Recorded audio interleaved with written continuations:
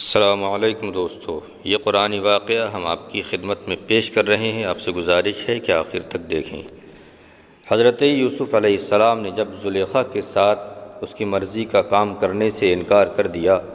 تو زلیخا نے عورتوں میں عام اعلان کروا دیا کہ اگر یوسف میری بات نہیں مانیں گے اور میرے ساتھ نہیں رات گزاریں گے تو میں انہیں جیل میں ڈلوا دوں گی اور ساری زندگی وہ جیل میں سڑتے رہیں گے، اس کا کوئی پوچھنے والا نہیں ہوگا۔ حضرت یوسف علیہ السلام کو جب اس بات کی خبر ہوئی تو زلیخا نے کہ میرے بارے میں ایسی بات کہی ہے کہ اگر میں اس کی بات نہیں مانوں گا تو وہ مجھے جیل میں قید کروا دے گی، تو حضرت یوسف علیہ السلام نے روتے ہوئے اللہ تبارک و تعالیٰ کی بارگاہ میں دعا کی اور فرمایا، عرض کیا کہ اے اللہ، تو مجھے زلیخا کی فتنے سے بچا، ورنہ میں بھی ایک انسان ہوں، اگر تو نے مجھے اس کے فتنے سے نہ بچایا تو میں بھی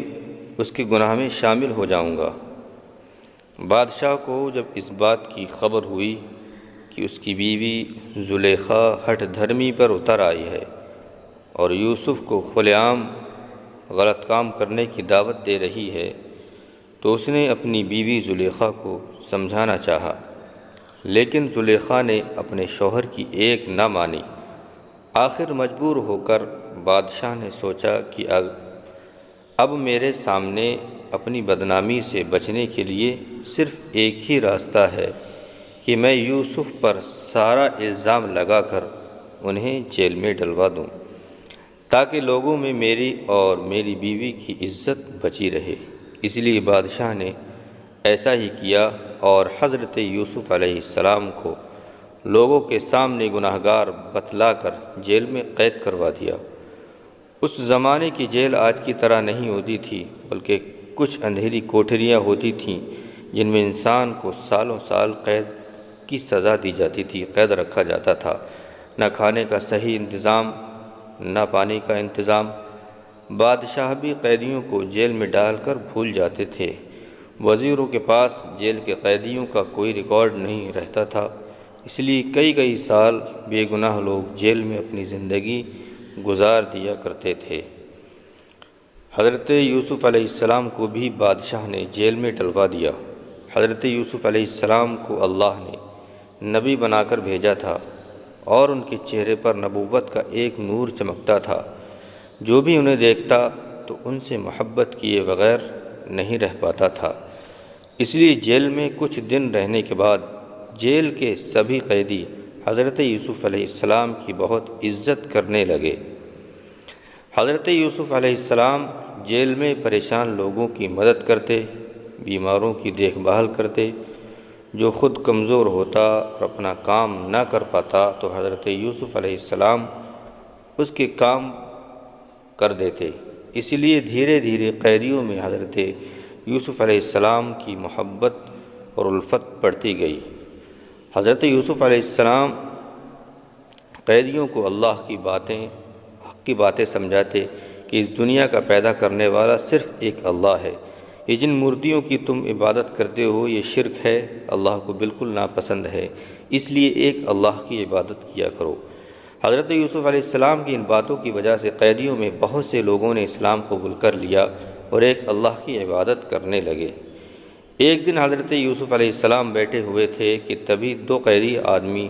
آ کر حضرت یوسف علیہ السلام سے کہنے لگے کہ اے نیک انسان، ہم دونوں نے ایک خواب دیکھا ہے کہ جس کی وجہ سے ہم بہت پریشان ہیں۔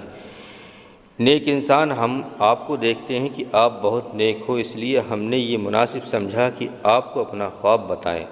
تاکہ آپ ہمارے خوابوں کی تعبیر ہمیں بتلا سکیں۔ حضرت یوسف علیہ السلام نے کہا کہ ہاں، تم مجھے اپنے خواب بیان کرو مجھ سے، کیونکہ اللہ تعالیٰ نے مجھے خوابوں کی تعبیر کا علم عطا فرمایا ہے۔ ان دونوں قیدیوں میں سے ایک نے کہا کہ اے نیک انسان، میں نے خواب میں دیکھا ہے کہ میرے سر پر روٹی رکھی ہوئی ہے اور کچھ پرندے اور چڑیاں سر سے وہ روٹی کھا رہے ہیں۔ دوسرے نے کہا کہ میں نے خواب میں دیکھا ہے کہ میں انگور نچوڑ کر شراب بنا رہا ہوں۔ حضرت یوسف علیہ السلام نے ان دونوں قیدیوں سے کہا کہ تم دونوں بیٹھو، تمہارا دوپہر کا کھانا آنے سے پہلے میں تمہارے خوابوں کی تعبیر بتلا دوں گا۔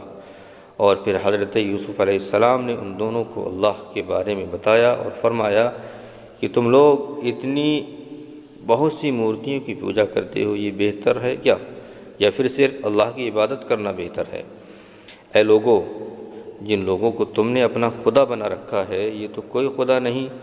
بلکہ یہ تو کچھ نام ہیں جو تمہارے باپ داداؤں نے کر لیے ہیں، اور تم انہیں ہی اپنا خدا بنا بیٹھے ہو، ورنہ اصلی خدا تو اللہ تعالیٰ ہے کہ جس نے اس ساری کائنات کو پیدا کیا ہے، اور وہی سب کو کھلاتا پلاتا ہے، سب کا مالک ہے۔ اتنا فرمانے کے بعد حضرت یوسف علیہ السلام نے ان دونوں کو اپنے خوابوں کی، جو ان کے خواب تھے، تعبیر بتلائی اور کہا کہ تم دونوں میں سے ایک جس نے یہ خواب دیکھا ہے کہ اس کے سر پر روٹی رکھی ہوئی ہے اور چڑیاں و پرندے اسے کھا رہے ہیں، تو اس کے خواب کا مطلب یہ ہے کہ اس آدمی کو کچھ دنوں کے بعد پھانسی کی سزا دی جائے گی، اور پھر اس کے سر کو پرندے کھائیں گے۔ دوسرا آدمی جس نے یہ خواب دیکھا ہے کہ وہ انگور نچوڑ کر شراب بنا رہا ہے، تو اس کے خواب کا مطلب یہ ہے کہ وہ کچھ دنوں کے بعد جیل سے رہا ہو کر بادشاہ کا خاص نوکر بنے گا اور اپنے ہاتھوں سے بادشاہ کو شراب بنا کر پلائے گا۔ حضرت یوسف علیہ السلام نے دوسرے آدمی سے کہا کہ جس کے بارے میں یہ تعبیر تھی وہ رہا ہو کر بادشاہ کو شراب پلائے گا، تو حضرت یوسف علیہ السلام نے اس سے کہا کہ تم جیل سے باہر نکل کر بادشاہ کے سامنے میرا ذکر کرنا اور انہیں میرے بارے میں بتلانا کہ اے بادشاہ، ایک انسان جھوٹے الزام میں کئی سالوں سے جیل کے اندر پڑا ہے، آپ اس کی خبر لیجئے۔ اس آدمی نے حضرت یوسف علیہ السلام سے وعدہ کیا کہ آپ پریشان نہ ہوں، میں جیل سے باہر نکلتے ہی بادشاہ کو اس کا علم بتاؤں گا اور اس کے بارے میں بتاؤں گا۔ حضرت یوسف علیہ السلام نے ان دونوں قیدیوں کو ان کے خوابوں کی جو تعبیر بتائی تھی وہ ہو بہو سچ ثابت ہوئی، اور ان میں سے ایک آدمی کو کچھ دنوں کے بعد پھانسی دے دی گئی اور پرندوں نے اس کا سر کھایا، اور دوسرا آدمی کچھ دنوں کے بعد رہا ہو کر بادشاہ کا خاص بن گیا اور اس کا خاص نوکر بن گیا۔ لیکن یہ خاص نوکر بادشاہ کے پاس پہنچنے کے بعد حضرت یوسف علیہ السلام کی بات بھول گیا کہ حضرت یوسف علیہ السلام نے اس سے کیا کہا تھا کہ بادشاہ کے سامنے میرا ذکر کرنا کہ میں ایک جھوٹے الزام میں جیل میں ڈال دیا گیا ہوں۔ کئی سال اسی طرح گزر گئے اور اس نوکر کو حضرت یوسف علیہ السلام کی بات یاد نہ آئی۔ کئی سالوں کے بعد بادشاہ نے ایک خواب دیکھا تو وہ بہت پریشان ہو اٹھا، اور اس نے اپنے محل میں بڑے بڑے جادوگروں اور عالموں کو جمع کیا اور ان سے اپنے خواب کی تعبیر پوچھی، تو کوئی بادشاہ کو صحیح تعبیر نہ بتا سکا۔ اسی وقت بادشاہ کے اس خاص نوکر کو حضرت یوسف علیہ السلام کا خیال آیا، تو اس نے جلدی سے بادشاہ سے کہا کہ اے بادشاہ سلامت، آپ کی جیل میں اللہ کا ایک بہت نیک بندہ کئی سالوں سے جھوٹے الزام میں پھنسا پڑا ہے۔ وہ خوابوں کی تعبیر بہت اچھی طرح جانتا ہے، انہوں نے مجھے اور میرے ایک ساتھی کو خواب کی تعبیر بتائی تھی اور وہ حقیقت میں سچ ثابت ہوئی۔ اے بادشاہ،